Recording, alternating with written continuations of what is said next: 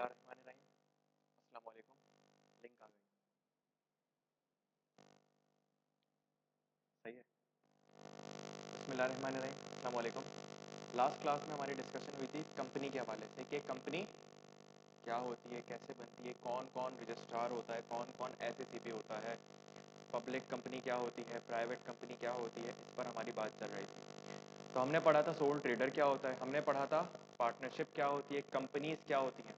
फिर हमने कंपनी के कुछ फीचर्स को डिस्कस किया कि कंपनी की खास फीचर क्या है कि उसकी अपनी एक लीगल पर्सनैलिटी है, उसकी लिमिटेड लाइबिलिटी होती है, transfer of ownership and परपीचुअल succession जैसी चीज़ें एग्जिस्ट करती हैं। कानून कौन सा है वो कंपनीज एक्ट 2017, जिसे रिपील्ड कंपनीज एक्ट भी कहा जाता है। फिर हमने अभी तक नहीं पढ़ा, पढ़ेंगे इंशाल्लाह memorandum of association and article of association, company का शनाख्ती कार्ड और कंपनी के कवानीन चलाने के तरीके। कंपनी कंपनी क्या है जो कि कंपनी लॉ में बने। एक कंपनी लॉ क्या है, रिपील्ड कंपनीज एक्ट भी आ जाता है, 1984 भी आ जाता है, 2016। फिर हमने सीखी बॉडी कॉर्पोरेट की डेफिनेशन, फॉरेन कंपनी की डेफिनेशन। कंपनी की तीन किस्म होती हैं, एक कंपनी लिमिटेड बाय शेयर्स बनती है, एक कंपनी लिमिटेड बाय गारंटी बनती है, एक कंपनी अनलिमिटेड गारंटी की बनती है। फिर हमने देखा एक पब्लिक कंपनी और एक प्राइवेट कंपनी होती है। पब्लिक कंपनी ऐसी कंपनी जो कि प्राइवेट कंपनी नहीं है, और प्राइवेट कंपनी ऐसी कंपनी जो कि पब्लिक कंपनी नहीं है, सही है। तो प्राइवेट कंपनी ऐसी कंपनी होती है जिसमें दो तरीके आ जाते हैं, एक एसएमसी और एक अदर। एसएमसी में एक मेंबर कंपनी होती है, उसको बनाने वाला एक होता है, उसका मालिक एक होता है। और अदर में आपके पास कौन कौन सी आ जाती है, ऐसी कंपनी जिसमें 2 से 50 मेंबर तक बन सकती है, वो एक रिक्वायरमेंट। दूसरी चीज, उसमें कुछ रिस्ट्रिक्शन होनी चाहिए, क्या, राइट टू ट्रांसफर शेयर्स, आप अपने शेयर्स किसी को ट्रांसफर नहीं कर सकते। सर, आप आम आवाम को सब्सक्रिप्शन के लिए बुला नहीं सकते। पब्लिक सेक्टर कंपनी ऐसी कंपनी जिसमें मेजॉरिटी स्टेक या मेजॉरिटी डायरेक्टर्स को बदलने का इख्तियार किसके पास हो, गवर्नमेंट के पास या किसी गवर्नमेंट की एजेंसी या इदारे के पास, ऐसी किसी भी चीज के पास। होल्डिंग एंड सब्सिडरी क्या होता है, सर होल्डिंग एंड सब्सिडरी हमने पढ़ा था। होल्डिंग कंपनी कैसी कंपनी तब होती है जब कोई उसकी सब्सिडरी होती है। सब्सिडरी कंपनी क्या होती है फिर, सर सब्सिडरी कंपनी ऐसी कंपनी जिसमें होल्डिंग वाले के पास ये इख्तियार हो कि वो उनके बोर्ड को कंपोज कर सके, मतलब बना सके, उसके पास more than one half voting rights exercise करने की पावर हो, उसकी सब्सिडरी होती है। या फिर वो लेयर्स में होल्ड करता सब्सिडरीज, लेकिन एक शर्त है कि एक लेयर्स का अगर नंबर बता दिया गया है तो उससे ज़्यादा नहीं होनी चाहिए। मिसाल के तौर पे अगर कंपनीज एक्ट में कहीं लिख दिया जाए, क्योंकि लिखा है एज में बी नोटिफाइड, अगर कल को कोई सर्कुलर आ जाए कि 30 लेयर से ज़्यादा एक्सेप्टेड नहीं है, तो वो जो 31वीं होगी वो भले सब्सिडरी होगी, लेकिन हम उसे सब्सिडरी नहीं मानेंगे। कुछ नोट्स हैं सब्सिडरी के बारे में, कंपोजिशन के बारे में, और एक्सप्रेशन कंपनी और बॉडी कॉर्पोरेट में क्या क्या चीज़ें आती हैं। होली ओन्ड सब्सिडरी क्या होती है, ऐसी कंपनी जिसको कोई होल्डिंग कंपनी पूरे का पूरा होल्ड करती हो, 100% हो, 51% से बात आगे निकल चुकी है, 100%। फिर हमने कहा कि कौन सी अथॉरिटीज हैं जो कि इसमें पार्टिसिपेट करती है। एसईसीपी, सर एसईसीपी कौन है, कब बना, कैसे बना, कहाँ कहाँ इनके ऑफिस हैं। और हमने पढ़ा कि एसईसीपी के पास बहुत पावर है, उसके पास बहुत सारी पावर है, कंपनीज ने उसे बहुत सारी पावर दी। ये 3 जुमले तो उसने यही बताए सिर्फ तारीफें करने में। फिर रजिस्ट्रार की डेफिनेशन पढ़ी थी हमने। रजिस्ट्रार कौन है, रजिस्ट्रार ऐसा बंदा जो कि रजिस्ट्रार है, जो कि एडिशनल रजिस्ट्रार है, जो कि एडिशनल जॉइंट रजिस्ट्रार है, जो कि जॉइंट रजिस्ट्रार है, जो कि डिप्यूटी रजिस्ट्रार है, जो कि असिस्टेंट रजिस्ट्रार है, या ऐसा कोई भी बंदा जिसे एसईसीपी रजिस्ट्रार बोलते हैं वो भी रजिस्ट्रार है, या कोई भी रजिस्ट्रार जैसी हरकतें करता पाया जाए वो भी रजिस्ट्रार। बात समझ में आती है, ये डेफिनेशन है, इसको याद करना है। क्या क्या पावर है, बहुत सारी पावर दी है, जैसे एसईसीपी को बहुत सारी पावर दी है, एसएससी भी बहुत सारी पावर दी है। क्या, कंपनी को रजिस्टर कर सकता है, उनसे डॉक्यूमेंट्स ले सकता है, उनके डॉक्यूमेंट्स का ट्रैक बना सकता है, उनके मॉर्टगेजेस और चार्जेस जो हम आगे पढ़ेंगे उसका हिसाब किताब रख रहा होगा, किसी भी ऑफिसर को किसी भी वक्त कॉल करके कितने भी पैसे मांग सकता है, ऐसा ही है ना, फोन करके इतने करोड़ रुपए भिजवाओ वरना तो मैं ये नोटिस भेज दूंगा। सही है, इसका मतलब तो यही लगता है कि can call the officer of company for information and explanation. किसी भी चीज़ के लिए कभी भी कॉल कर सकता है। तो एक्सप्लेनेशन कब देनी पड़ेगी उसे, कंपनी वाले को, जब जब वक्त पर पैसे नहीं भिजवाएगा रजिस्ट्रार को, हिस्सा नहीं पहुंचेगा। तो जब हिस्सा नहीं पहुंचेगा हमें, तो हम आपको फ़ोन करके बोलेंगे कि इस चीज़ की एक्सप्लेनेशन दो, उस चीज़ की एक्सप्लेनेशन दो। अगर आप हिस्सा पहुंचा देंगे तो आप अपना काम सुकून से कर सकते हैं। पेपर मत लिख दीजिएगा ये वाली बातें, बराबर। Empowered to inspect the books and records of the company, company के बुक्स और अकाउंट्स को इंस्पेक्ट कर सकता है और उनको सीज भी कर सकता है। किस सूरत में सीज करेगा, जब हिस्सा नहीं मिलेगा।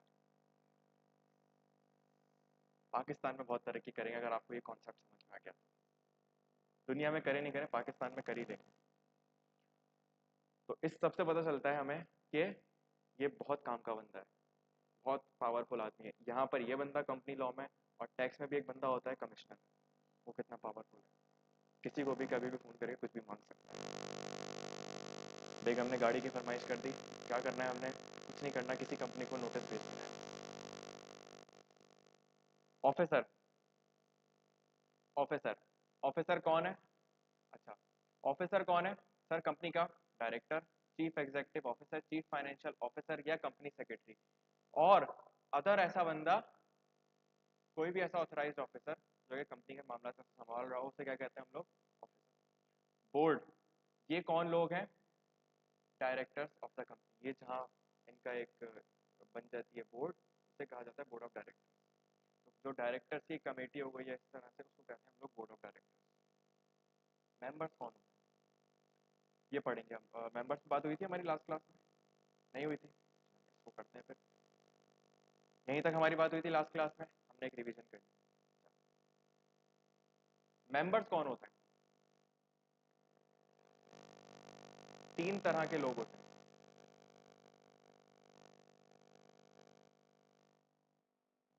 सिर्फ मेंबर्स नहीं होते, तीन तरह के लोग होते हैं।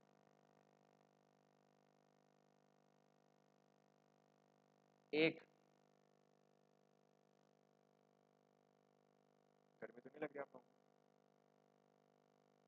गर्मी तो नहीं लग रही है जी। एक होता है प्रोमोटर, दूसरा सब्सक्राइबर, तीसरा मेंबर। ठीक है, पाकिस्तान किसने बनाया,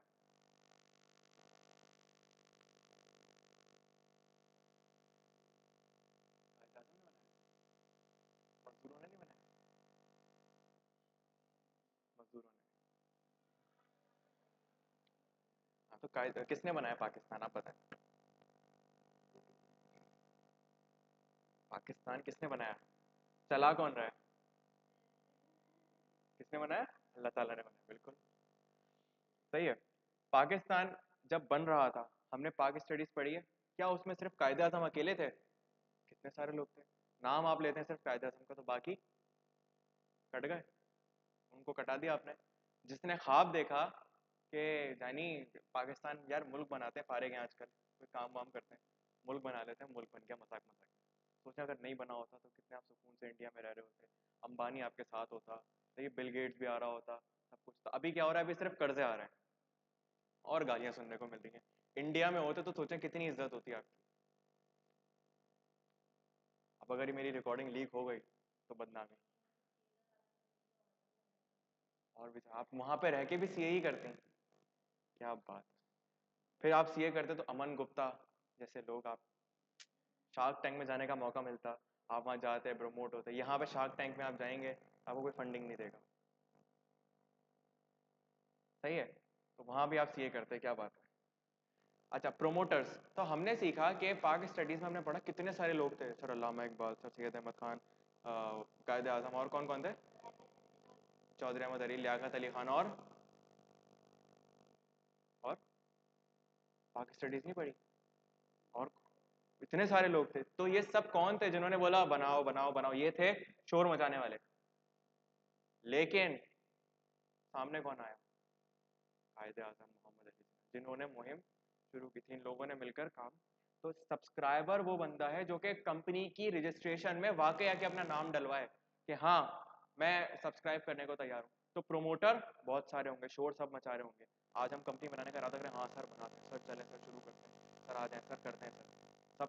लेकिन जब रजिस्टर कराने में बोलूँगा, मैं पहुँच गया हूँ HCP ऑफिस, सर वो आँख नहीं खुली, सर वो कल V-Log की क्लास है, सर वो ये वाला टेस्ट है, सर वो है, सब गायब होंगे। ऐसा ही होगा नहीं होगा? तो ऐसा ही होता है। कुछ लोग प्रोमोटर होते हैं, फिर उसमें से जो लोग वाकई कंपनी बनाने पहुंचते हैं उसे हम लोग कहते हैं सब्सक्राइबर। ये बुनियादी फर्क है। मेंबर कौन होता है? सर मेंबर कोई भी हो सकता है जो कंपनी का शेयर होल्ड करता हो, जो कंपनी का मालिक हो। तो बेसिकली मेंबर एक बहुत ब्रॉड टर्म है और ये बाद में आ रहे होंगे, मेंबर्स बाद में आ रहे होंगे। सब्सक्राइबर वो बंदा है जिसने इनिशियली कंपनी बनाने में अपना नाम दिया। जैसे आज पाकिस्तान के मेंबर्स कौन कौन है? मेंबर जो चला रहे हैं पाकिस्तान को, ठीक है क्या? मालिक शहबाज शरीफ और सब, मतलब जो मेंबर्स हैं, जो ओन करते हैं, जो ओन कर रहे हैं, सही, इतने सारे लोग हैं।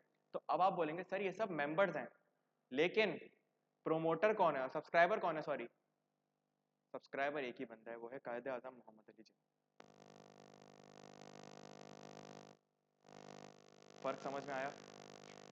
तो मेंबर बदलते रहेंगे, आते रहेंगे, वक्त के साथ साथ जो शेयर बेचते खरीद ले वो मेंबर बनते रहेंगे। सब्सक्राइबर जो इनिशियली आपके पास है, और प्रोमोटर वो जो शोर मचा रहे थे बस, कंपनी बनाओ, पाकिस्तान बनाओ, पाकिस्तान बनाओ, खुद तो बना के साइड हो गए, हम भुगत रहे हैं। ठीक है? तो subscriber, subscriber to the memorandum, memorandum शनाख्ती कार्ड याद है? तो सब्सक्राइबर जिन्होंने कंपनी के शनाख्ती कार्ड को बनवाने में मदद की, आर डीम्ड, उन्हें समझा जाएगा टू हैव एग्रीड, वो रजामंद थे to become members of the company and become members on its registration and every other person. और कौन? टू whom is allotted और who becomes the holder of any class or kind of shares। मतलब उन्होंने company के registration में अपना नाम भी डलवाया, या कोई ऐसा बंदा जिसके नाम पर हमने शेयर्स अलॉट किए पहले। In relation to a company not having share capital, any person who has agreed to become member of the company। अगर कोई ऐसी कंपनी है जो कि शेयर कैपिटल नहीं रखती, तो उसमें कोई शेयर्स का कॉन्सेप्ट होगा? नहीं होगा। अगर शेयर कैपिटल नहीं है तो कोई शेयर्स का कॉन्सेप्ट नहीं होगा। तो आप बोलेंगे सर वो मेंबर नहीं है क्या? नहीं नहीं, फिर उस सूरत में हम बोलेंगे अगर कोई मेंबर है तो हाँ वो मेंबर है, and whose names are entered in the register of members are members of the company। तो मेंबर्स एक बहुत वाइड टर्म है, मतलब जिसका नाम, अब मेंबर्स की डेफिनेशन आपसे पूछी जाए कौन है, सर मेंबर्स वो लोग जो के सब्सक्राइबर्स टू दी मेमोरेंडम, ठीक है, वो मेंबर्स बनने के लिए रजामंद हो गए, सही है, उनका नाम हमने रजिस्टर्स और मेंबर्स में डाल दिया, इसके बाद उन्होंने अपने शेयर उठाकर बेच दिए किसी को, तो क्या वो मेंबर नहीं है?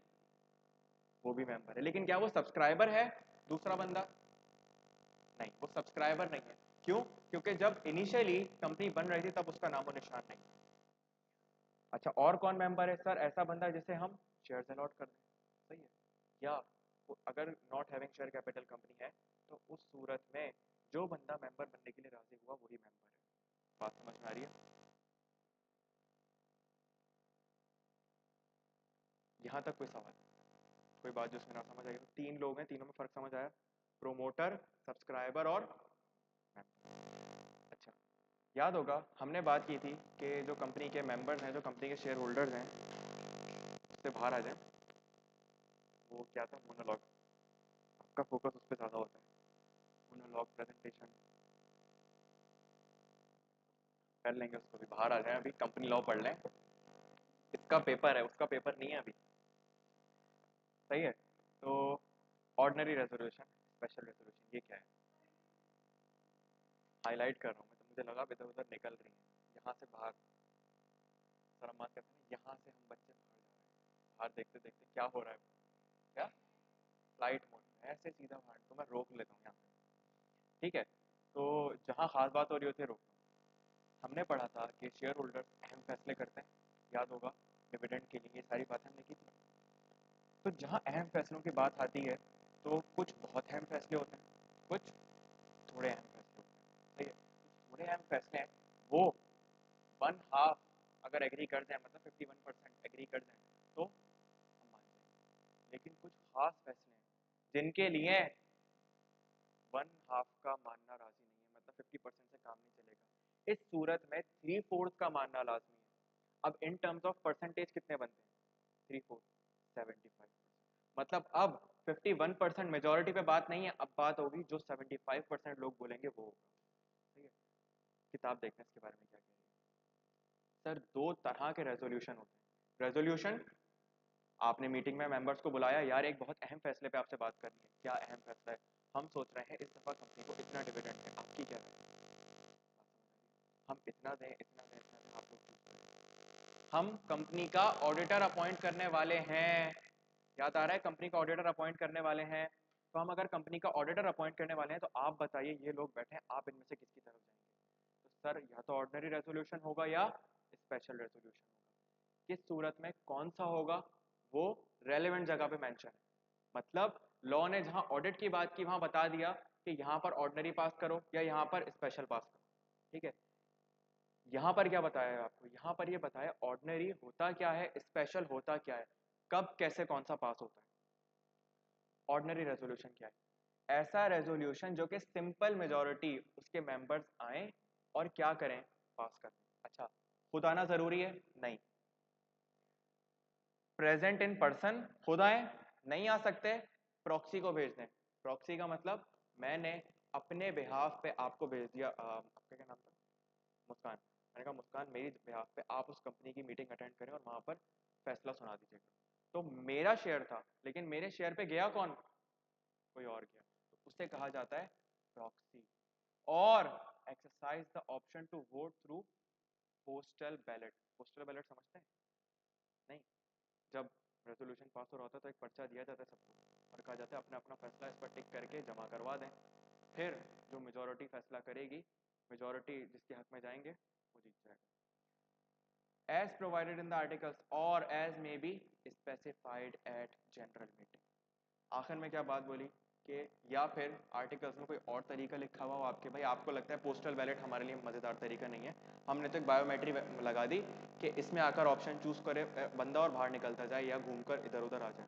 सही है। या अगर आप लोगों को देखा हो कि इलेक्शंस के बाद जब सेनेट में सिलेक्शन होती है, किसी ने देखा है वो, उसमें कैसे होती है? क्या आपने अपना लीडर कौन चूज करना है या मेंबर, जो भी चक्कर होता है वहां पे, वो कैसे होती है? क्या वहां पर इस तरह की हरकत होती है? सर मुख्तलिफ तरीके हो सकते हैं। क्या सर 100 लोग हैं, जो बंदा इमरान खान के साथ है वो उस कमरे में चला जाए और जो बंदा नवाज शरीफ के साथ है वो यहीं रुका रहे, तो क्या होगा? इमरान खान वाले उधर, नवाज शरीफ वाले इधर आ जाएंगे। फिर हम वहां के बंदे गिन लेंगे, यहाँ के बंदे गिन लेंगे, पता चल जाएगा। अब अगर यही काम यहाँ में पर्चों के थ्रू करता तो लंबी होती नहीं होती। तो कहा गया कि पोस्टल बैलेट पे कर लो as provided in the article, अगर आर्टिकल में कुछ और हो, और एज मे बी स्पेसिफाइड, कौन करेगा स्पेसिफाई? SECP। अगर SECP बता दे तो उस तरीके से कर लेना एट जनरल मीटिंग। बात समझ में आई? तो ऑर्डिनरी रेजोल्यूशन में अहम बात क्या थी? सबसे ये पास होता है मेजॉरिटी मेंबर्स के रजामंद होने से, ये इसमें अहम बात है। स्पेशल रेजोल्यूशन ये कब पास होता है?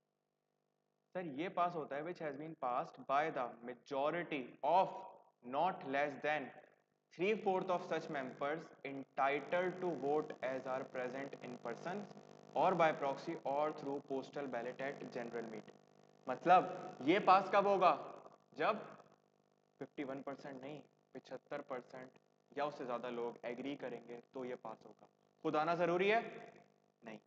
सर बताया यहाँ पे भी entitled to vote as are, यहाँ पे भी वही बात, खुद आए या किसी को भेजें, पोस्टल बैलेट के थ्रू हो।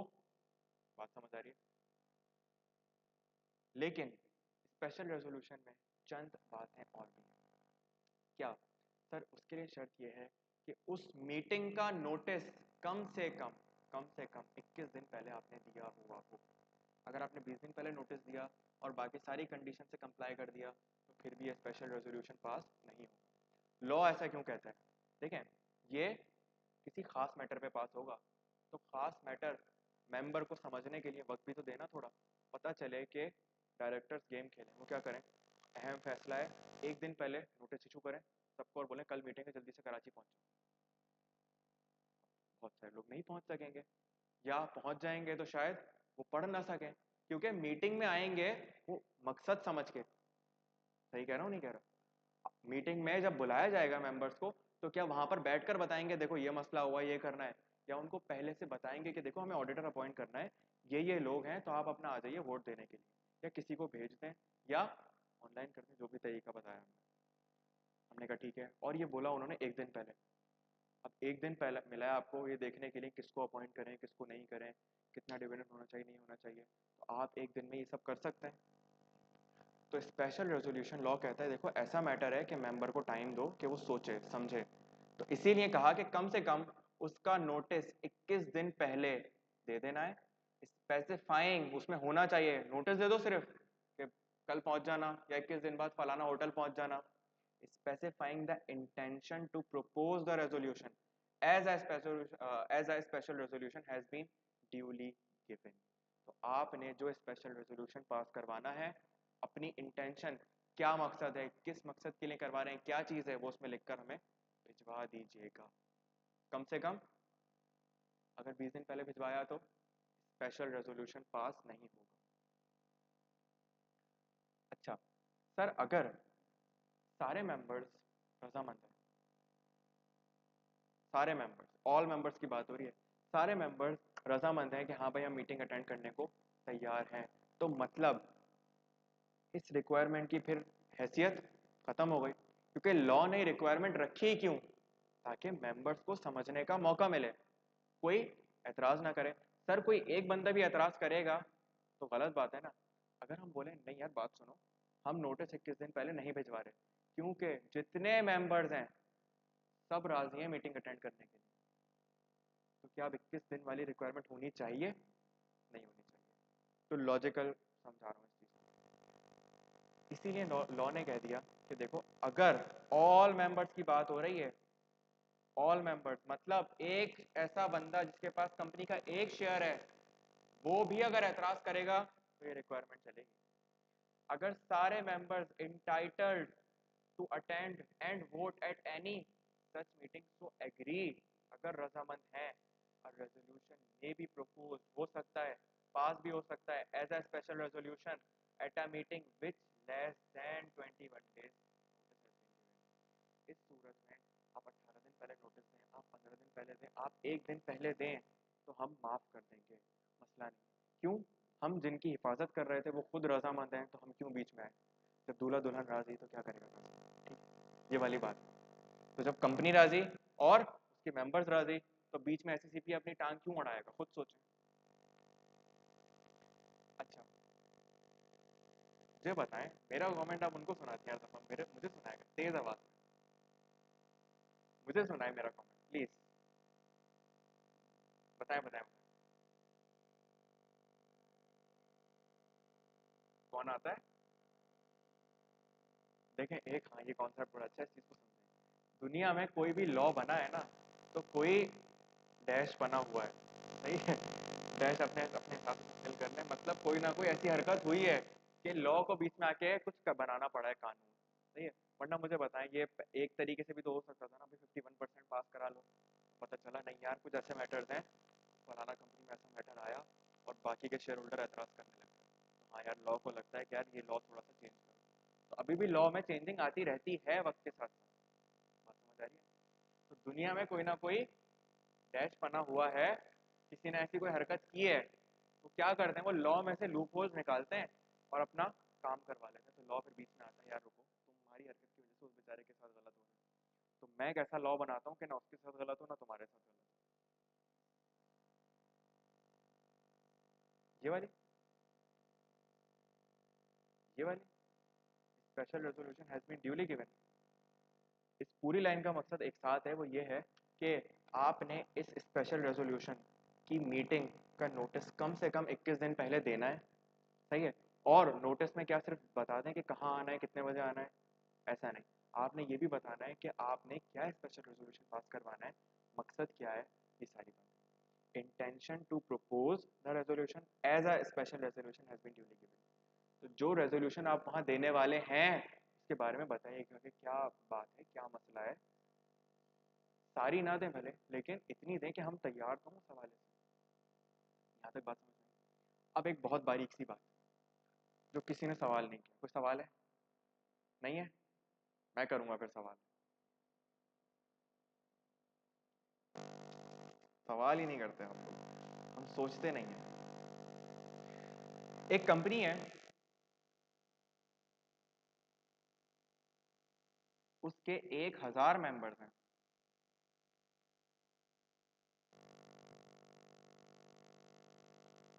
जरूरी मीटिंग में 1000 मेंबर, अज्यूम करते हैं मीटिंग में आए 500, ठीक है, अब 51% लोग कैसे पास करेंगे रेजोल्यूशन? तो होता ही नहीं है। 1000 का 51% कितना होता है? 510।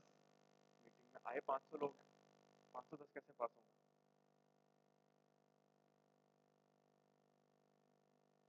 क्या कर सकते हैं?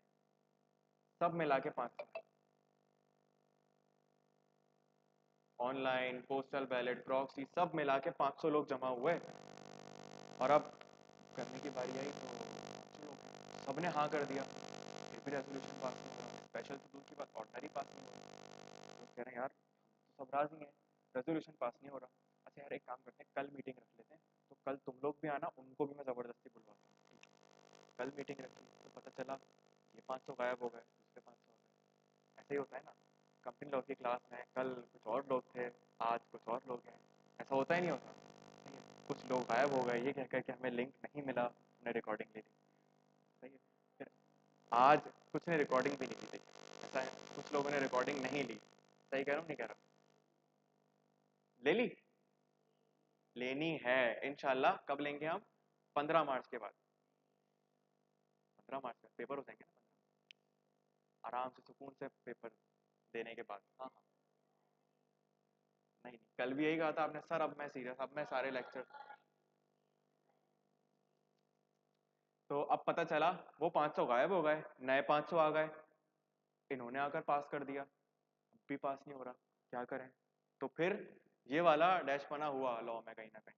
तो लॉ ने कहा यार देखो, ऑल की बात छोड़ दो, हम कह रहे हैं ऑल नहीं, जो हाजिर हुए हैं उनमें से जिनको, अब देखें हमने तो 1000 को बुलाया था, लेकिन 1000 आए नहीं, तो जो नहीं आए मतलब उनको इंटरेस्ट ही नहीं है, तो उनका ओपिनियन ही नहीं मैटर करता।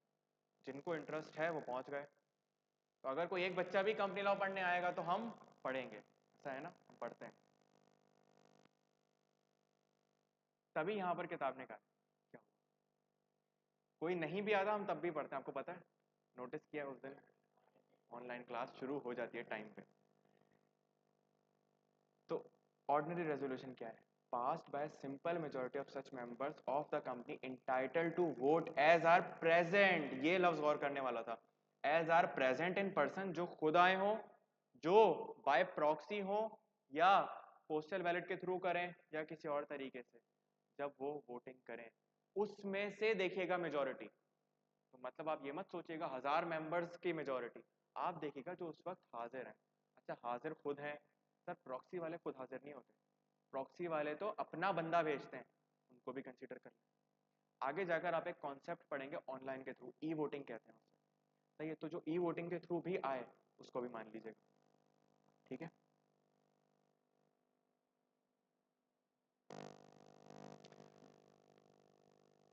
सेम फॉर स्पेशल रेजोल्यूशन के, इसमें भी 3/4 की आप बात कर रहे हैं, तो क्या जरूरी है 1000 मेंबर्स का 3/4?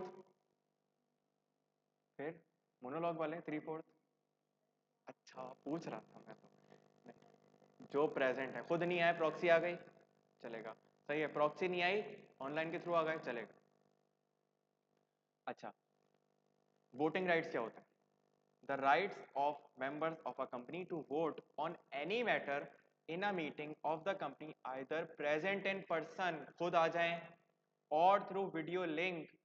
हम नहीं आए, स्काइप कॉल आ गई हमारी, सर स्काइप कॉल नहीं आई, हमारा एक नुमाइंदा आ गया, सर हमारा नुमाइंदा नहीं आया, पोस्टल बैलेट के थ्रू नहीं, नुमाइंदा आया सॉरी, वहां पर आने के बाद पोस्टल बैलेट के थ्रू हमने काम कर दिया, तो इसे कहते हैं वोटिंग का। मतलब हमने किसी मैटर के ऊपर क्या किया, वोट करने का इख्तियार अपने पास रखा, इसे क्या कहा जाता है?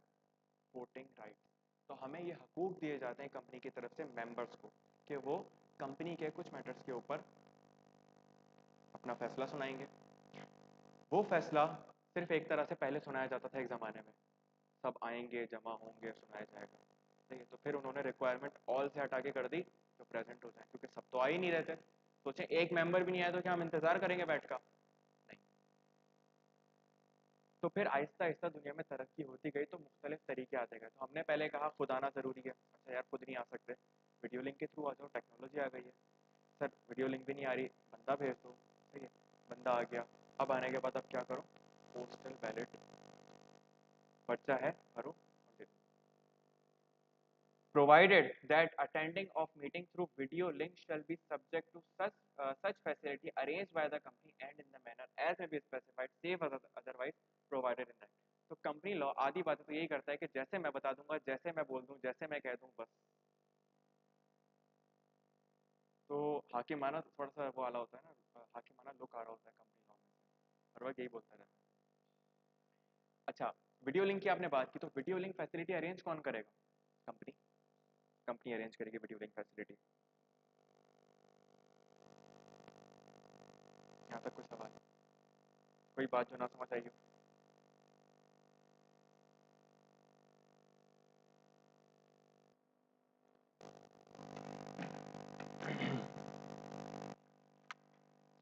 अब एक ऐसा टॉपिक जो कि आइसोलेटेड है, मतलब एक खास तरह की कंपनी। आप लोगों ने जेडीसी फाउंडेशन का नाम सुना है, आप लोगों ने ईडी फाउंडेशन का नाम सुना है, आप लोगों ने यूनिलीवर का नाम सुना है। क्या ये दोनों एक ही तरह की कंपनी है? क्यों? एग्जैक्टली सर, मकसद का फर्क। यूनिलीवर प्रॉफिट कमाने के लिए काम कर रही है और नॉट फॉर प्रॉफिट, लोगों की खिदमत करने के लिए काम कर रही है। तो ऐसी कंपनीज जो कि किसी मकसद के लिए बनाए जाए, किसी खास मकसद के लिए, ऐसी कंपनी को कहा जाता है association not for profit organisation. अच्छा, इनके आगे एक नाम लिखें, सेक्शन 42 वाली कंपनी। सेक्शन 42 वाली कंपनी पेपर में ये सवाल सेक्शन 42 के नाम से भी आ सकता है। क्यों? क्योंकि कंपनीज एक्ट का सेक्शन 42 डील करता है इस तरह की कंपनी को। जो आपको यहाँ पढ़ाया जा रहा है उसे सेक्शन 42 में सारी बातें लिखी थी। तो अक्सर पेपर में सवाल आता है कि आप सेक्शन 42 वाली कंपनीज का जिक्र करें। अब आपने पढ़ा है एसोसिएशन नॉट फॉर प्रॉफिट, आप कह रहे हैं ये कौन सी कंपनी सेक्शन 42? तो section 42 is equal to association not for profit. ये बात क्लियर है? अच्छा, अब ये टॉपिक कितना अहम है? ये बहुत अहम टॉपिक है, बहुत ज़्यादा अहम टॉपिक है, खास है टॉपिक, इसको याद करना है, इसमें कोई चॉइस नहीं है। तो अगर आपको पेपर से 10 मिनट पहले मौका मिले कुछ पढ़ने का, ये पढ़ लीजिएगा, ये इतना अहम टॉपिक है। ठीक है जी? नहीं नहीं, क्या हो गया, ये यहाँ तक पूरा, यहाँ तक पूरा नहीं, ये और नीचे तक, बस इतना। बहुत आसान है, अभी पढ़ेंगे आगे, इतना आसान टॉपिक। छुट्टी।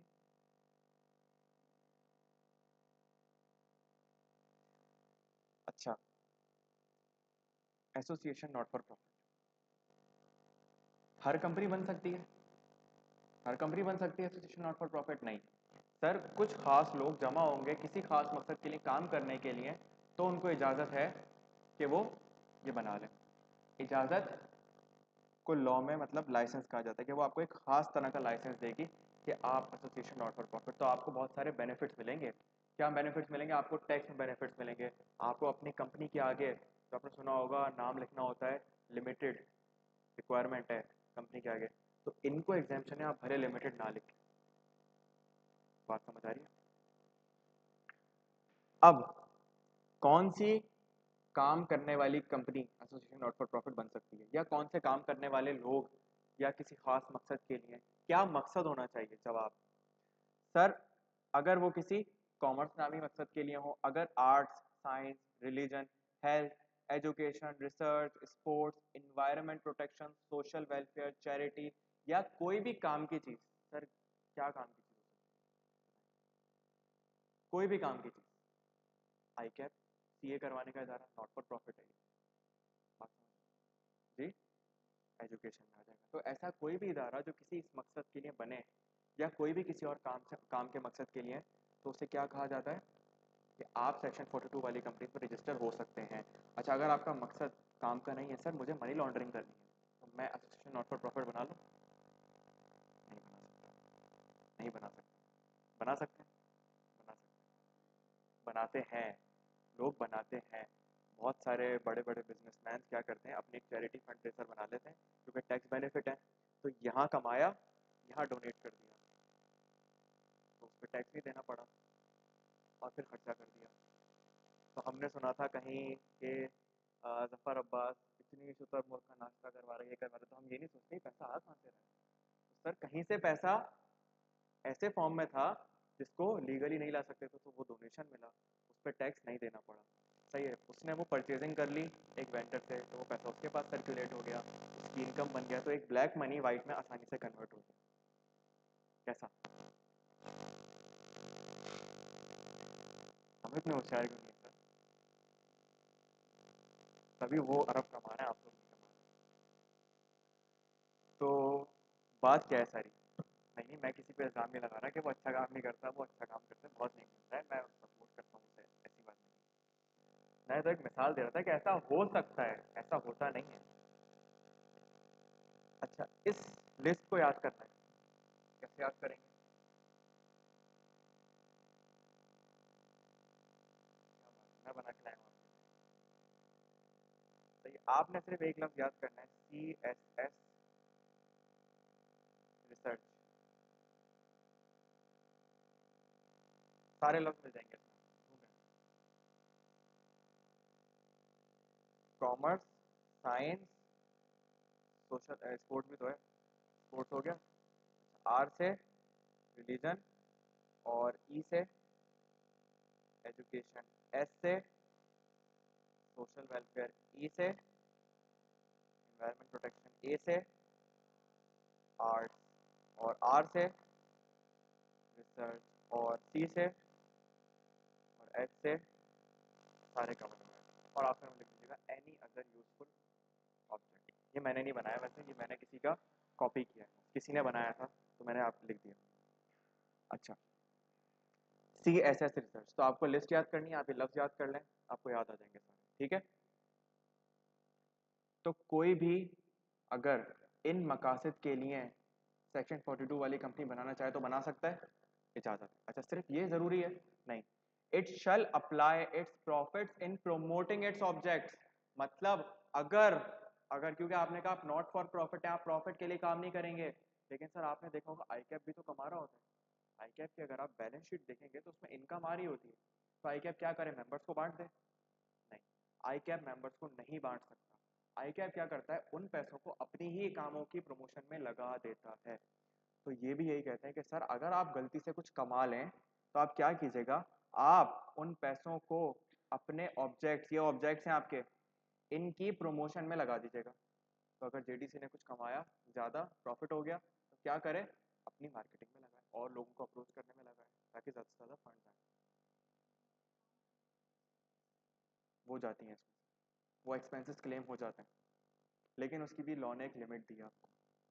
आई गेस हमारे यहाँ है 15%, कि आपकी टोटल चैरिटी के मैक्सिमम 15% तक आप अपने एक्सपेंसेस क्लेम कर सकते हैं, इससे ज़्यादा नहीं कर सकते। करेंगे तो फिर ये लाइसेंस में मसला आ सकता है आपके पास। इट शल प्रोहिबिट, वो यहाँ ने लिखी बात 15% वाली, यहाँ मत ढूंढिएगा। It shall prohibit the payment of any dividend to its members. मैंने बताया कोई डिविडेंड अपने मेंबर्स को नहीं देंगे, सही है। Its objects and activities are not and shall not, नहीं हो सकते और बिल्कुल भी नहीं हो सकते, होने भी नहीं चाहिए, एट एनी टाइम, किसी भी वक्त, बी अगेंस्ट द लॉज, कानून के खिलाफ, पब्लिक ऑर्डर के खिलाफ, सिक्योरिटी के खिलाफ, सोवर्निटी के खिलाफ, नेशनल इंटरेस्ट के खिलाफ। किसके? इंडिया के? पाकिस्तान, पाकिस्तान के किसी भी लॉ के, पब्लिक ऑर्डर के, हिफाजत के या मकसद के खिलाफ आपका ऑब्जेक्ट नहीं होना चाहिए। पता चला आपने नॉट फॉर प्रॉफिट ऑर्गेनाइजेशन बनाई, किस मकसद के लिए, पाकिस्तान को कैसे तबाह करना है, इजाज़त है? नहीं। भले आपने कहा कि मेरा ऑब्जेक्ट बहुत काम का है, सही, आपने कहा कि मैं अपने ऑब्जेक्ट की प्रमोशन पे प्रॉफिट लगाऊंगा, आपने कहा कि मैं डिविडेंड भी नहीं दूंगा, लेकिन फिर भी आप नहीं बना सकते। क्यों? क्योंकि आपका ऑब्जेक्ट और एक्टिविटीज जो हैं वो हमारी मुल्क के खिलाफ आके खड़ी हो रही हैं, तो ऐसी कोई हरकत मत कीजिए। तो अगर आप ये 4 कंडीशन फुलफिल करेंगे तो एसईसीपी आपको क्या देगा, तो ये जुमला बड़े काम का है, SECP shall grant license if following conditions are fulfilled। तो लॉ का स्ट्रक्चर समझें, मैंने आपको पहले 4 बातें समझाई, क्या बातें पूरी होनी चाहिए, फिर आपको लाइसेंस मिलेगा अगर आप ये 4 कंडीशन फुलफिल कर देंगे। लास्ट वाली, आपका ऑब्जेक्ट, आपने कहा कि sir any other useful object आपने दे दिया आखिर में, तो मतलब आपके लिए शायद वो काम का हो, लेकिन ऐसा ना हो कि वो पाकिस्तान की हिफाजत के खिलाफ आ जाए, ऐसा ना हो कि वो पाकिस्तान के अगेंस्ट आके आप खड़े हो जाएं। तो हमने आपको इतने बेनिफिट्स दिए और आप हमारे ही खिलाफ आके खड़े हो गए, तो आपका मकसद ऐसी कोई हरकत नहीं होनी चाहिए। बात समझ आ रही है? कोई टेररिस्ट ऑर्गेनाइजेशन ना बना लें आप, सही है। SECP shall grant license on such conditions and subject to such regulations as it thinks fit। तो मतलब हमने सारे काम कर लिए, फिर भी जरूरी है कि हमें मिल जाए? नहीं, अगर SECP को लगे तो वो मना भी कर सकते हैं। एसोसिएशन शल एंजॉय, अब क्या मजा आएगा आपको, आप एंजॉय करेंगे privileges of a limited company. आप हर लिमिटेड कंपनी वाली प्रिविलेजेस एंजॉय कर रहे होंगे, वही जो आपने ऊपर पढ़ी, सेपरेट लीगल एंटिटी, लोन्स भी ले रहे होंगे, बैंक अकाउंट भी खुलवा रहे होंगे, आप खर्चे भी कर रहे होंगे, सप्लायर भी आपका होगा, and be subject to all its obligations except using the ending word limited or guarantee limited। बस हमने आपको एक और अच्छी बात दी कि आप अपने नाम के आगे चाहें तो लिमिटेड और गारंटी लिमिटेड मत लगाएं, क्योंकि इससे अक्सर क्या होता है, अगर सोचें जेडीसी के आगे लिख दिया जाए जेडीसी लिमिटेड, तो आपके ध्यान में क्या आएगा, ये तो कोई बिजनेस करने वाली कंपनी है, ये तो कोई प्रॉफिट कमाने वाली कंपनी है, ये तो कुछ बनाकर बेचते हैं, ऐसे ही आएगा ना ध्यान में। तो हमने इसीलिए कहा कि कहीं लोगों को ये गुमान ना हो और फिर वो आपको डोनेशन ना दें, तो इसीलिए आप क्या करें, आप भले अपने नाम के आगे ना लगाएं। समझ में आती है बात? लाइसेंस में भी आज लिख नहीं रहे आप लोग, कहिए, हम सिर्फ सुन रहे हैं बैठ के और गुजर रही है हमारे ऊपर से। लाइसेंस में be revoked at any time. Sir देखो, हमने आपको इख्तियार दिया है तो हम कभी भी इख्तियार छीन सकते हैं। कब छीनेंगे इख्तियार? एसईसीपी कैसे छीनेंगे? SECP shall give a notice in writing to company of its intention to do so. जहां हमें लगा कि हमें आपका इख्तियार छीन लेना है, वहां हम छीन लेंगे। SECP shall provide an opportunity to be heard to the association। आपको सुनवाई का मौका दिया जाएगा, ऐसा नहीं है कि बस लाइसेंस छीन के ले आए। आपको एक नोटिस देंगे कि हम आपका लाइसेंस टर्मिनेट करना चाह रहे हैं, अगर आपको अपनी सफाई में कुछ कहना है तो हाजिर हो जाए। एक ब्रीफ केस लेकर आएगा बराए में।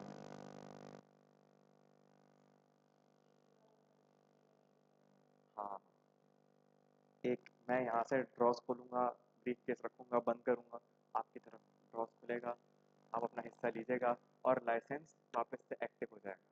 ठीक है जी, टैक्स में पढ़ा है ना बस, तो लॉ में भी लॉ और टैक्स, लॉ ही है ना टैक्स भी, तो पीछे कौन है, वहाँ कमिश्नर है, यहाँ रजिस्ट्रार है, और दोनों क्या है, इंसान, और इंसान की क्या होती हैं, ज़रूरतें होती हैं, और वो ज़रूरतें पूरी करनी पड़ती हैं। ज़रूरत है, फिर लागा बताएंगी ज़रूरतें क्या होती हैं, बताएं।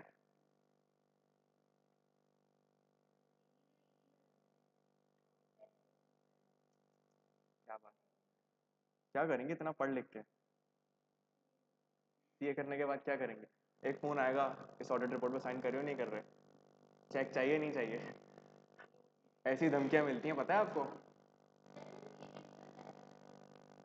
हाँ, ये यही सही, अपॉइंट कर लेंगे इनको। अच्छा, तो एसईसीपी क्या कर सकता है, आपका लाइसेंस टर्मिनेट कर सकता है। On revocation registrar shall again at the ending word and it shall cease to enjoy exemptions and privileges granted by the licence. जब लाइसेंस छीन लिया तो क्या आपको वो सारी एंजॉयमेंट भी दें? अब भी आपके नाम के आगे से लिमिटेड हटा रहने दें? नहीं, अब रजिस्ट्रार आपके नाम के आगे लिमिटेड डाल देगा ताकि आपको डोनेशन देने से पहले एहतियात करें, क्योंकि अब आपका लाइसेंस भी जा रहा है, और आपके सारी एग्जाम्पशन छीन ली जाएंगी, आपकी सारी तफरीहात छीन ली जाएंगी, खत्म कर दी जाएंगी।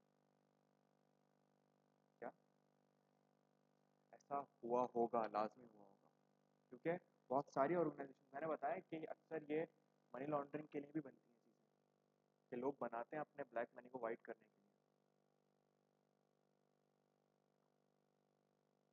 पकड़े जाते हैं वहाँ पे, कर लेते हैं। अच्छा, अब कब रिवोक कर सकते हैं, क्या मतलब, एसएससी पे ऐसे बैठे बैठे? हाँ बैठे बैठे, लेकिन कुछ वजह भी तो होनी चाहिए ना रेवोकेशन की। वो क्या है सर, कंपनी या उसकी मैनेजमेंट जो है वो क्या करे, किसी लाइसेंस की कंडीशन से कंप्लाई ना करे तो हम लाइसेंस टर्मिनेट कर देंगे। मतलब लाइसेंस में हमने लिख कर दिया था कि ये काम नहीं करना और आपने ये हरकत कर दी, तो हम आपसे लाइसेंस छीन सकते हैं इसको वजह बना के। Any of the requirement of this section और any connected regulations are not met. हमने ऊपर आपको कुछ चीज़ें बताई हैं, ये रही, याद है? पता चला आपका ऑब्जेक्ट बदल गया, पता चला कि आपने प्रॉफिट कहीं और लगा दिया, पता चला कि आपने डिविडेंड की पेमेंट कर दी, पता चला कि आपका ऑब्जेक्ट हमारी पाकिस्तान के खिलाफ आगे खड़ा हो गया, तो हम आपसे लाइसेंस छीन सकते हैं क्योंकि आपने ऊपर लॉ की तौहीन कर दी, लॉ की सॉरी नॉन कंप्लायंस कर दी, तौहीन नहीं, नॉन कंप्लायंस कर दी, या ऊपर वाले लॉ की या किसी कनेक्टेड रेगुलेशन की। कोई रेगुलेशन इसके ऊपर आया था और आपने उसकी नाफरमानी कर दी। Affairs of the company are conducted in a manner prejudicial to public interest.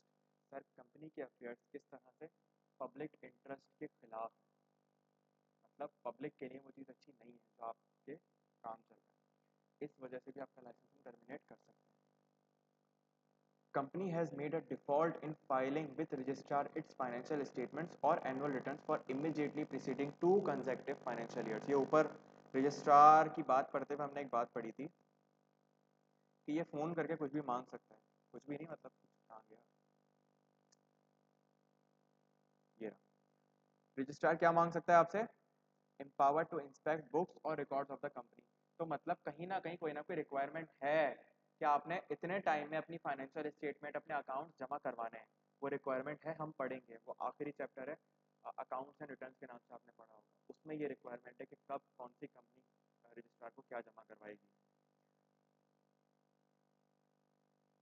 तो सर आपने मेड अ डिफॉल्ट, डिफॉल्ट कहते हैं नहीं जमा करवाया, क्या जमा नहीं करवाया, आपने रजिस्ट्रार को अपनी फाइनेंशियल स्टेटमेंट्स या कंपनी का annual return immediately 2 consecutive financial years तक जमा नहीं करवाया, मतलब 2016-2017 का जमा नहीं करवाया, तो आपका लाइसेंस टर्मिनेट कर सकते हैं। अच्छा 1 साल का नहीं करवाया तो मसला नहीं है, 2 साल का नहीं करवाया तो अब मसला है।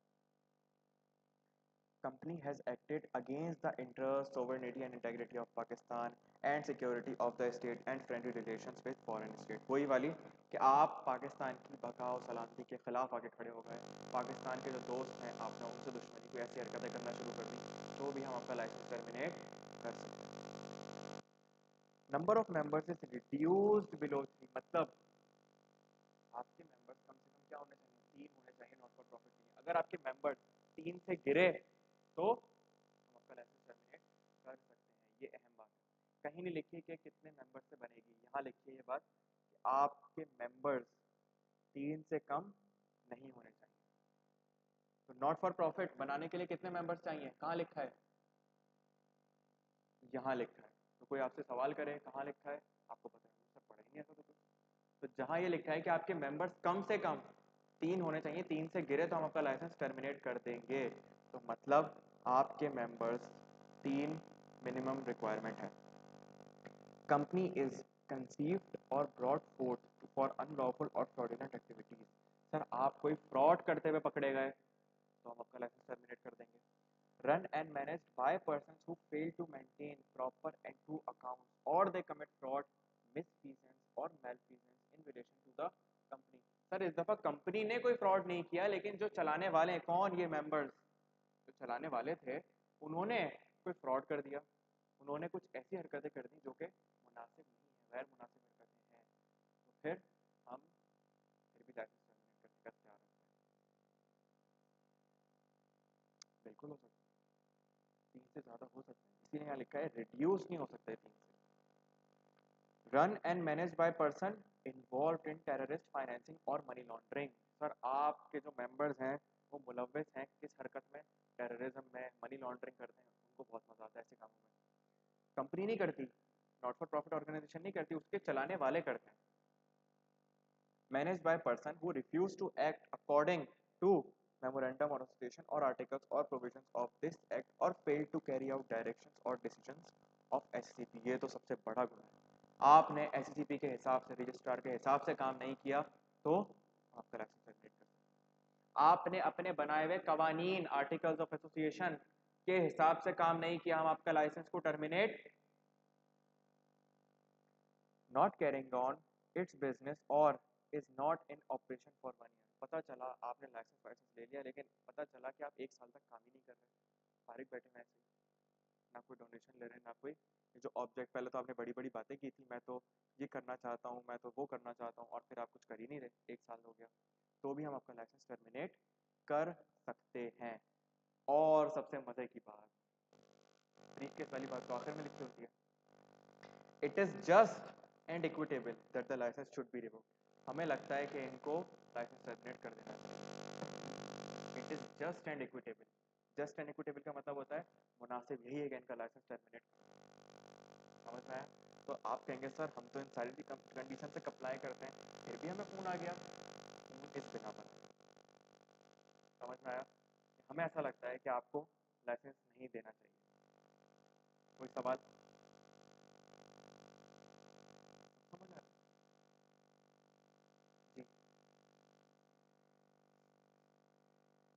छुट्टी मैं फिर भी नहीं दूंगा 1:30 बजे।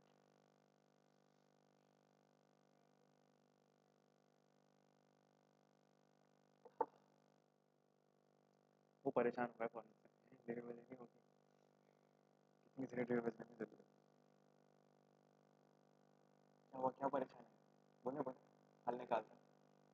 बोले बोले।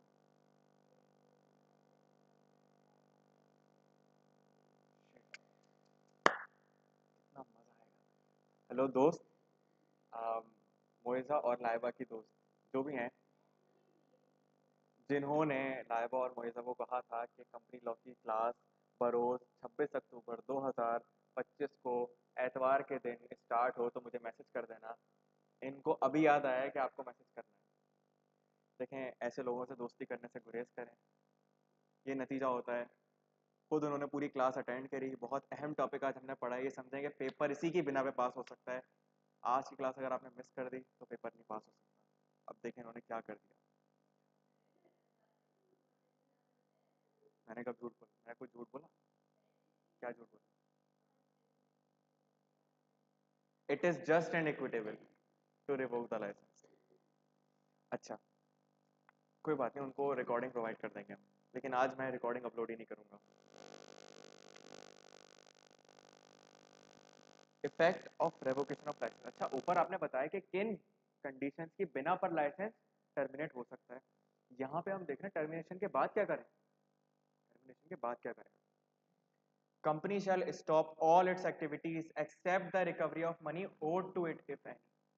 कंपनी अपनी हरकत रोक देगी, जो भी काम कर रही है वहीं के वहीं रुक जाएगी, लेकिन अगर किसी से पैसे लेने थे तो उसको इतना फायदा मत दें, उससे पैसे ले लीजिएगा। If any, company shall not solicit और receive donation from any source. Company अब डोनेशंस नहीं लेगी, क्योंकि अब आपका लाइसेंस हमने टर्मिनेट कर दिया है। अब ये कौन सा पॉइंट है जी? कौन सा पॉइंट है? सेकंड पॉइंट है। कौन सा पॉइंट है ये जी? कौन सा पॉइंट है? लाइसेंस रिवोक हो गया, ये पॉइंट है। सेकंड पॉइंट है, मैं पढ़ा रहा हूँ कि लाइसेंस रिवोक होने के बाद क्या होगा, सेकंड पॉइंट है। तो अब कंपनी क्या करेगी? अपनी हरकत रोक देगी, कंपनी डोनेशंस लेना छोड़ देगी। All the net assets of the company shall in specified manner. आग लगा दें एसेट्स को, जो एसेट थे, जो बिल्डिंग थी, आग लगा दें? नहीं। क्या करेंगे उस सूरत में? आप क्या करेंगे? अपने नेट एसेट्स, जो नेट एसेट्स हैं सारे, वो उठाकर किसी ऐसी कंपनी को ट्रांसफर कर देंगे जो कि सेम हरकतें करती हुई पाई जाए। सही है? तो all the net assets of the company shall in a specified manner. कहाँ स्पेसिफाई होगा ये मैनर? बता देंगे कहीं ना कहीं आपको। Be transferred to another company licensed under section 42। यहाँ वो बात लिखी है जो कहीं नहीं लिखी। इसी सेक्शन के अंडर रजिस्टर हो, ऐसा ना हो किसी और कंपनी के नाम पे आप एसेट ट्रांसफर कर दें। प्रेफरेबली हैविंग सिमिलर और आइडेंटिकल ऑब्जेक्ट। सर अगर उसका एजुकेशन था तो आपका भी एजुकेशन हो, इस तरह का। विद इन 90 डेज, ये अहम बात है। लॉ में दिन बहुत अहम होते हैं, इनको याद रखिएगा, कितने दिन के अंदर अंदर करना है। अब एक सिनेरियो आएगा आपके पास, कंपनी का लाइसेंस रिवोक हो गया और कंपनी को अपने एसेट्स ट्रांसफर करने थे, सही है, उन्होंने ट्रांसफर कर दिए आफ्टर 100 दिन, या अभी तक नहीं किए, 100 दिन गुजर गए, ये लॉ की नॉन कंप्लायंस हो गई। कर नहीं कर सकते, करेंगे विथ, और फिर आपके ऊपर चीजें पड़ेंगी, तो ये आपको लाजमी करने, वरना फिर वो जो मालिकान है, जो मेंबर्स हैं, उनको बुलाएंगे हम। रेवोकेशन और extended period if allowed by the SCCP, sir 90 दिन नहीं, 120 50 कुछ भी हो सकते हैं अगर एससीसीपी अलाउ कर दे। A reasonable amount to meet expenses, मतलब आपने कंपनी में सारे पैसे बांट देने, सारे पैसे ट्रांसफर कर देने, नहीं, कंपनी में बाइंडिंग अप होती है, सही है, ऐसा बाइंडिंग अप वाला टॉपिक आप लोग पढ़ेंगे, आप लोग नहीं पढ़ेंगे, सही है। कंपनी लॉ है आपका, तो कंपनी लॉ पूरा है ना? नहीं, ऐसा नहीं हो सकता, मैं नहीं मान सकता, नहीं नहीं, कंपनी लॉ तो पूरा होगा।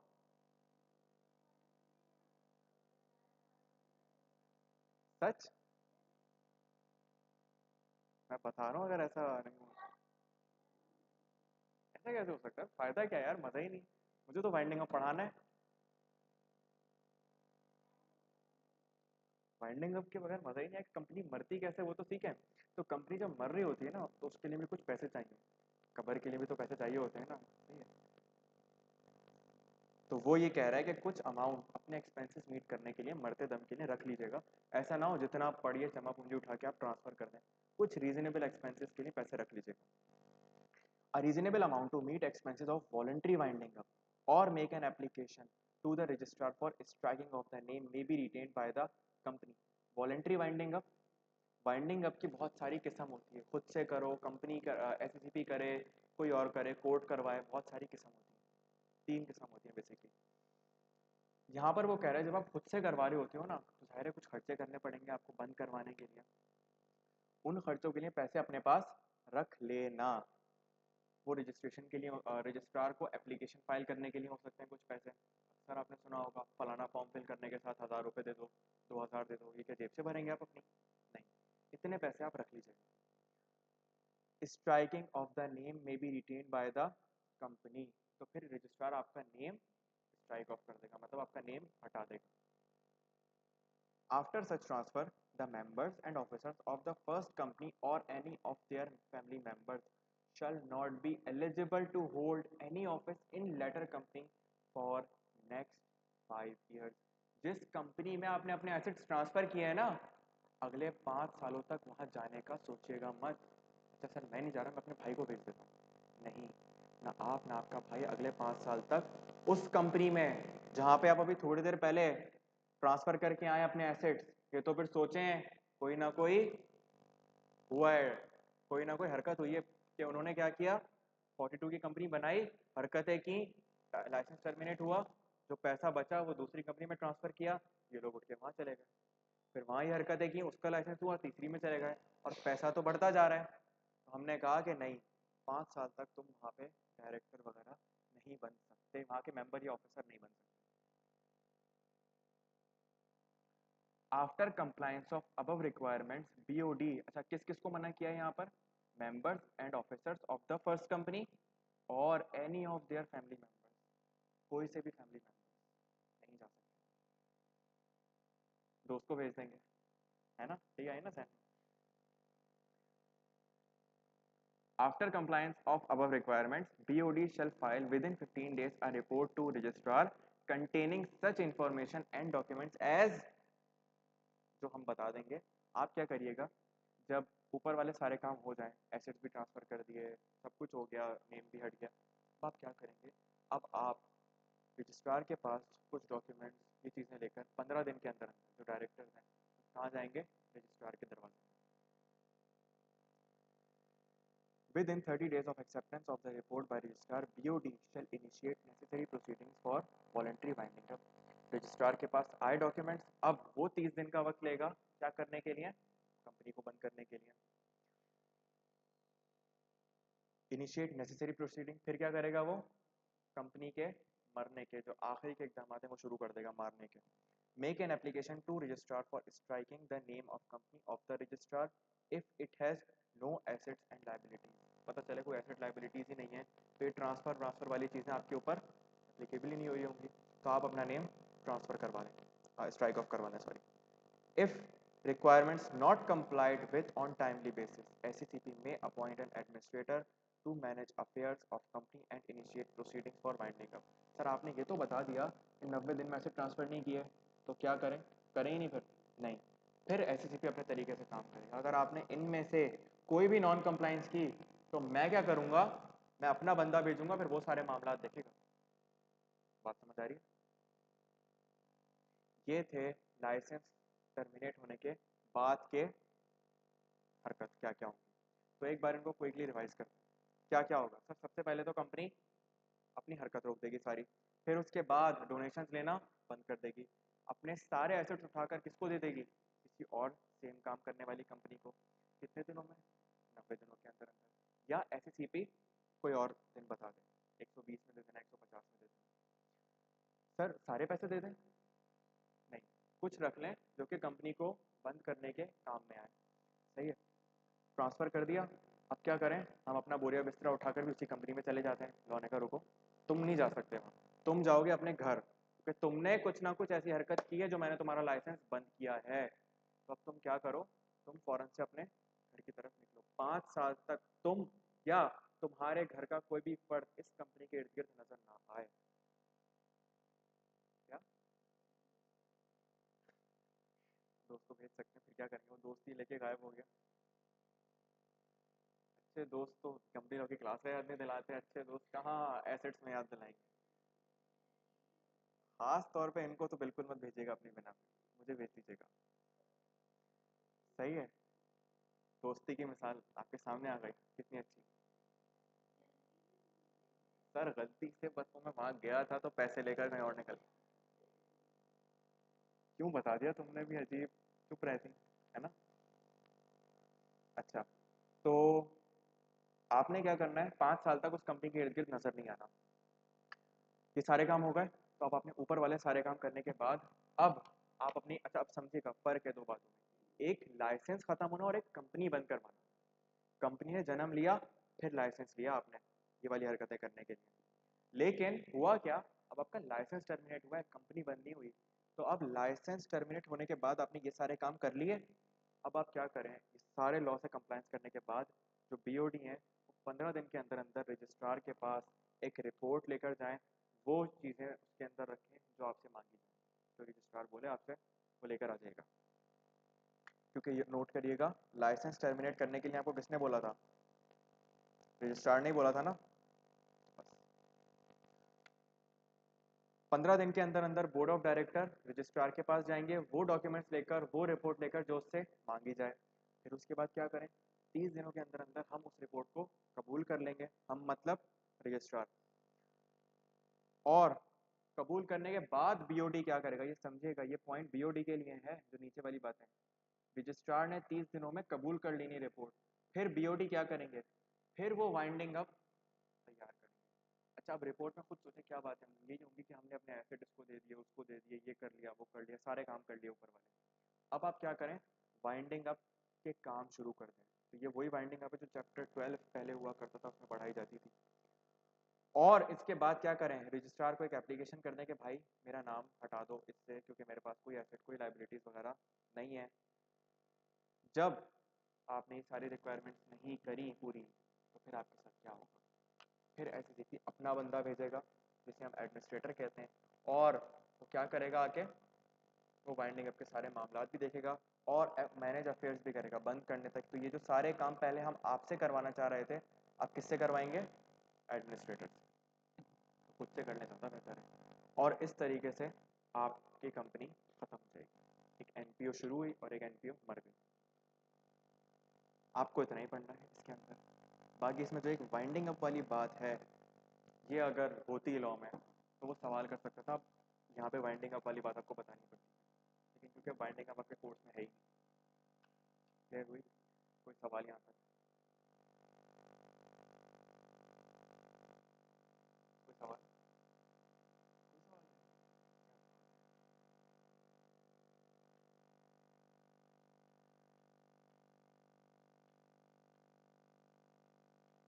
इंशाल्लाह नेक्स्ट क्लास में चैप्टर खत्म हो जाएगा और दूसरा चैप्टर स्टार्ट हो जाएगा, क्योंकि ये चैप्टर अभी भी खत्म हो सकता है लेकिन उसमें इनकॉर्पोरेशन बताई गई कि कंपनी जन्म कैसे लेती है। तो बेहतर तभी है कि उसको मेमोरेंडम के साथ लिंक करके पढ़ें। कंपनी को पैदा करवाएंगे, फिर उसके बाद उसको शनाख्ती कार्ड बनवाएंगे, उसके रूल्स वगैरह बनवाएंगे। आज की क्लास इंशाल्लाह यहीं तक रखते हैं, अगली क्लास में मुलाकात होगी। अल्लाह हाफ़िज़।